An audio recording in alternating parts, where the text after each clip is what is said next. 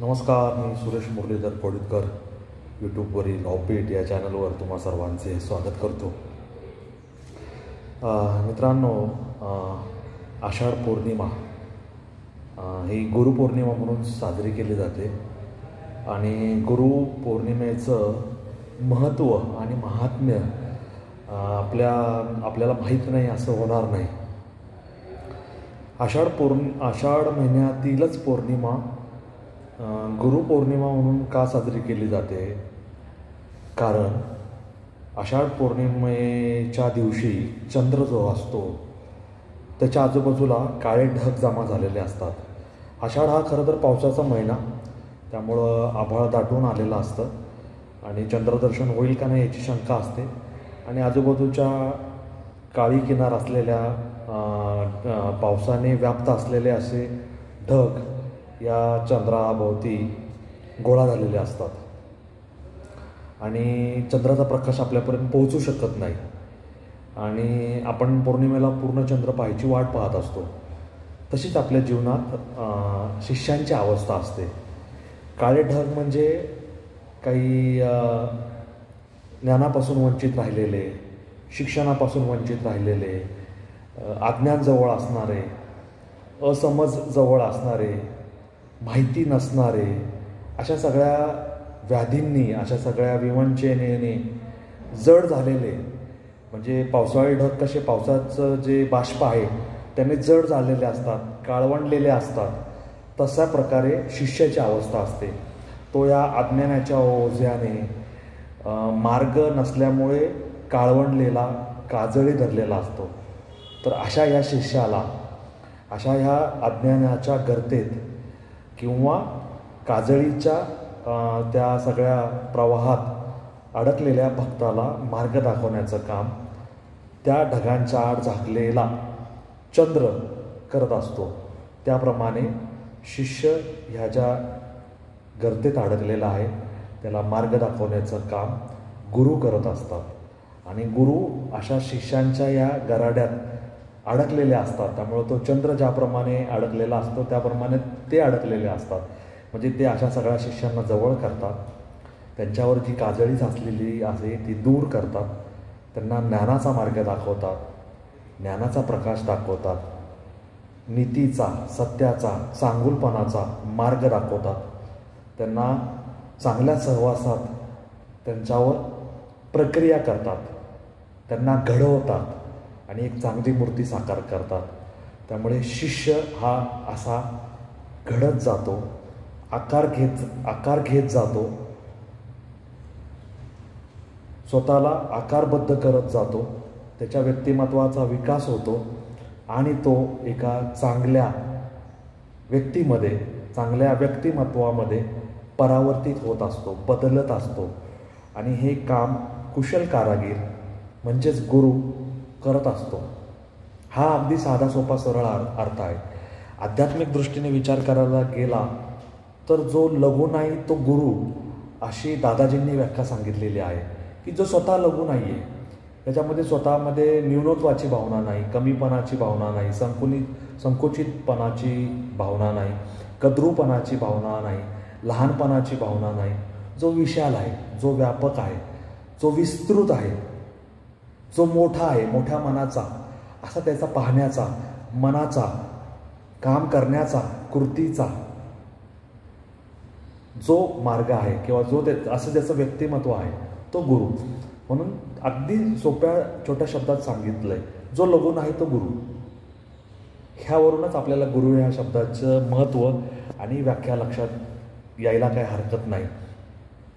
आता विविध क्षेत्र असतात, विविध क्षेत्रांमध्ये आपल्याला ज्ञान देणारी लोकं असतात, माहिती देणारी लोकं असतात, शिकवणारी लोकं असतात. आपण 5 सप्टेंबर शिक्षक दिन म्हणूनही साजरा करतो, परंतु ह्या पलीकडे जाऊन गुरुचं महात्म्य वेगळं आहे. व्यासांनी सगळ्या जगाचं ज्ञानाला स्पर्श केलेला आहे असं म्हटलं जातं. त्यामुळे गुरुपौर्णिमा ही व्यास पौर्णिमा म्हणूनही साजरी केली जाते आणि गुरुपौर्णिमेचं पौराणिक आध्यात्मिक महत्त्व असं की आपल्याकडे पूर्वी गुरुकुल पद्धती होती, गुरुकुल संस्था होत्या, आश्रम व्यवस्था होती आणि लहानपणी मौजी बंधन झाल्यावर बटू हा गुरुकुलात जायचा आणि सर्व प्रकारचं शिक्षण घेऊन गुरु आणि गुरुमाता यांच्या छत्रछायेत त्यांच्या कुशल मार्गदर्शनामध्ये वाढून स्वतःची प्रगती करून घेत एका चांगल्या व्यक्तीत परावर्तित व्हायचा आणि मग ब्रह्मचर्याकडून तो कुटुंब व्यवस्थेत प्रवेश करायला सिद्ध व्हायचा. त्यामुळे गुरुचं महत्त्व त्या काळी फार वेगळं होतं. गुरु आणि गुरुमातेचं ज्या आईवडिलांनी जन्म दिला आहे त्या जैविक आईवडिलांच्या पलीकडे गुरु आणि गुरुमाता त्या विद्यार्थ्यावर त्या मुलांवर संस्कार करत आणि त्यांना विविध प्रकारचं ज्ञान शिक्षण देऊन एक चांगला जबाबदार नागरिक घडवत असत. त्यामुळे अशा पद्धतीने गुरूंचं महत्त्व आपल्या पौराणिक जुन्या काळापासून आपण मानत आलेलो आहोत. आपल्या सनातन धर्म संस्कृतीमध्ये गुरूंचं वेगळं महत्त्व आहे. म्हणजे देव ह्या दृष्टीने सुद्धा, परमेश्वर ह्या दृष्टीने सुद्धा आपण सद्गुरूंची उपासना करतो. म्हणजे ब्रह्मा विष्णू महेश यांचा तिन्ही अवतारांचं संमिलन असणारे सद्गुरू दत्तात्रेय यांची उपासना आपण करतो. त्यांचे विविध जे अवतार आहेत, मग त्याच्यामध्ये नृसिंह सरस्वती असेल, त्याच्यानंतर आपले स्वामी समर्थ महाराज असतील, अशा विविध महाराजांच्या अनुषंगाने गजानन महाराज असतील, आपण या सगळ्या देवतांचं पूजन करत असतो. आणि गुरुपौर्णिमेला त्यांना वंदन करून त्यांच्या चरणांवर नतमस्तक होऊन त्यांचं मार्गदर्शन, त्यांचा आशीर्वाद, त्यांची कृपा सतत आपल्या पाठीशी राहो अशी आपण प्रार्थना करत असतो. त्यामुळे गुरुपूजनाचा हा दिवस अत्यंत महत्त्वाचा आहे.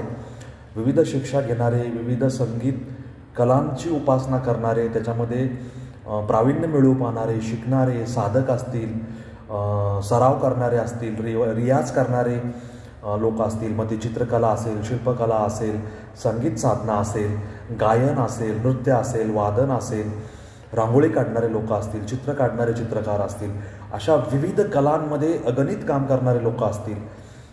त्यांना मार्गदर्शन देण्यासाठी, त्यांचं मार्गदर्शन करण्यासाठी, शिकवण्यासाठी, पडले तर उठवण्यासाठी, चुकला मार्ग असेल, भटकलेला मार्ग असेल, भरकटलेला मार्ग असेल, त्यांना पुन्हा मूळ मार्गावर आणून पाठीवर हात ठेवून, डोक्यावर हात ठेवून आईच्या मायेने, वडिलांच्या मायेने, बहिणीच्या भावाच्या मायेने प्रोत्साहित करणारे, प्रोत्साहन देणारे, प्रेरणा देणारे, चुकवलं तर न रागवता सांगणारे आणि पुढे घेऊन जाणारे असे जे मार्गदर्शक असतील, असे जे संत महात्मे गुरु असतील, असे जे स्वामी असतील, असे जे महाराज असतील, त्या सगळ्या महाराजांना वंदन करायचा, सगळ्या गुरूंना, सगळ्या स्वामींना वंदन करायचा पवित्र दिवस म्हणजे आषाढ पौर्णिमा, म्हणजेच व्यास पौर्णिमा.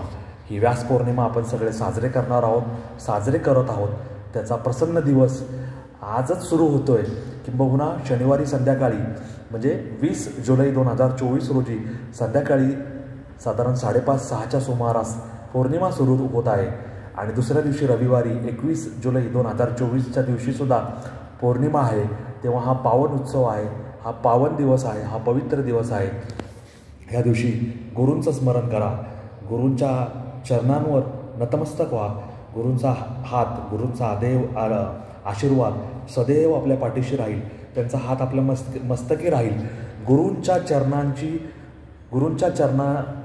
चरणांच्या खाली असणाऱ्या धुळीचा एक कण होण्याची पात्रता आपल्याला लाभो अशी आपण गुरूंना विनंती करूया. गुरूंच्या ऋणातच राहूया, गुरूंच्या छत्रछायेतच राहूया, गुरूंच्या कृपा आशीर्वादाखालीच राहूया. गुरूंचा हा प्रेमळ स्नेह, गुरूंची ही प्रेमळ माया सदैव आपल्या सर्वांवर बरसत राहो, ती कृपा सदैव होत राहो अशी आपण या गुरुचरणी प्रार्थना करूया. सद्गुरूसारखा असता पाठीराखा, दुसऱ्या कशाची चिंता बाळगावी. जिथे स्वामीचरण आहे तिथे नेऊन काय. त्यामुळे काळालासुद्धा स्वामी थोपवू शकतात, काळालासुद्धा थोपवणारा आणि आईवडिलांनंतर देवाच्या आधी असणारा किंवा देवांचा काही हे असेल त्यालासुद्धा रोखणारा असा हा गुरुच असतो. तेव्हा गुरूंपेक्षा या जगात मोठं कोणीच नाही.